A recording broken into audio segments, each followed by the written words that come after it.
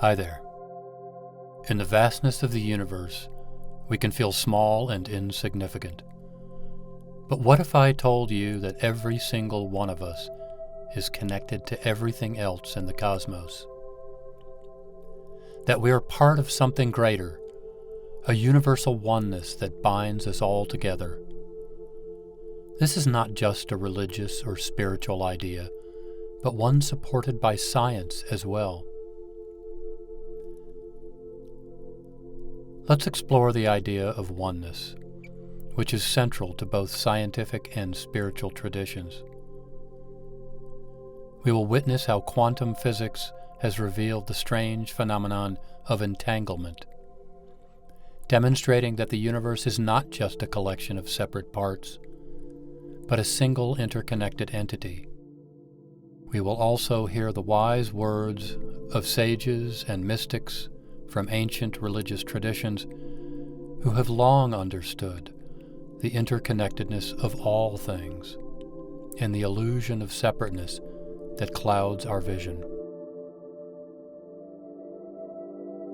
As civil rights leader Martin Luther King Jr. said, "All life is interrelated, and we are all caught in an inescapable network of mutuality, tied into a single garment of destiny." After decades of research, the world-renowned zoologist and geneticist David Suzuki surmised, the more we know about the interconnectedness of life, the more we realize that our actions have an impact on the whole web of life. Sir Isaac Newton, the physicist and mathematician, said, "All material things seem to have been composed of the same substance, and to have been formed from the same processes. In separateness lies the world's great misery. In compassion lies the world's true strength." The Buddha.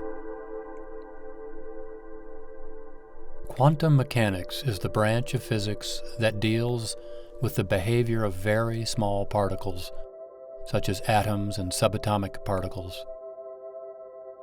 It has been found that at the atomic and subatomic level, particles behave in ways that are fundamentally interconnected and unified. This has been named quantum entanglement. Research suggests that particles exist in a state of probability until they are observed, and that they can be in multiple states or locations simultaneously. Physicists are currently searching for the unified field or superstring field, which, according to quantum mechanics, is believed to be the ultimate source of all the forces and matter in the cosmos. In the Gospel of John, 10:30, Jesus, speaking to the Jews, says, "You too can be one with the Father, as I and the Father are one." And in chapter 17, he speaks directly to God, saying, "That they may all be one, just as you, Father, are in me, and I in you, that they also may be in us," suggesting that this oneness is not limited to Jesus and God, but is something that can be experienced by all. Albert Einstein spent the latter part of his life searching for the formula for that unified field theory. He said, "A human being is a part of the whole, called by us universe. A part limited in time and space, he experiences himself, his thoughts and feelings, as something separated from the rest, a kind of optical delusion of his consciousness." Princeton theoretical physicist David Bohm said, "The universe is not a collection of objects, but is an inseparable web of vibrating energy patterns." Bohm believed that the brain, at the cellular level, works according to the mathematics of some quantum effects, and postulated that thought is distributed and non-localized, just as quantum entities are. Non-localized, meaning they don't exist in any one place. All things are connected like the blood that unites us all. We do not weave the web of life, we are merely a strand in it. Whatever we do to the web, we do to ourselves. That was Chief Seattle, the Native American leader in the early 1800s. And composed between the 8th and 6th century BCE, the Vedic or Hindu tradition's Upanishad includes this: there is no duality here in the world, it is all one.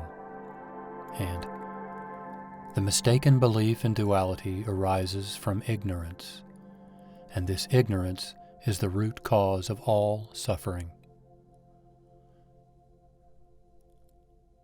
In the Jainism tradition, there's this sutra: the universe is not separate from the soul, and the soul is not separate from the universe. The universe is in the soul, and the soul is in the universe. Taoism's Tzukanzi said, all things are one. How could they be otherwise? They come into existence, grow and mature, and then return to their source. This is the natural cycle of life. In Islam's hadith, the Prophet says, everything is from Allah and returns to Allah. This expresses the concept of Tawhid, which is the Islamic belief in the oneness and unity of God.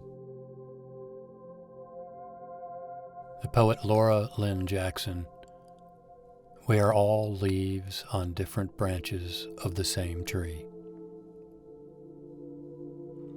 And this, from the 13th century Persian poet, Islamic scholar, and Sufi mystic Rumi. All religions, all this singing, one song.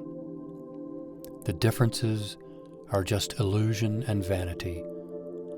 The sun's light looks a little different on this wall than it does on that wall, and a lot different on this other wall, but it's still one light. As we've seen, the concept of oneness is a fundamental truth passed down by sages, prophets, and scientists.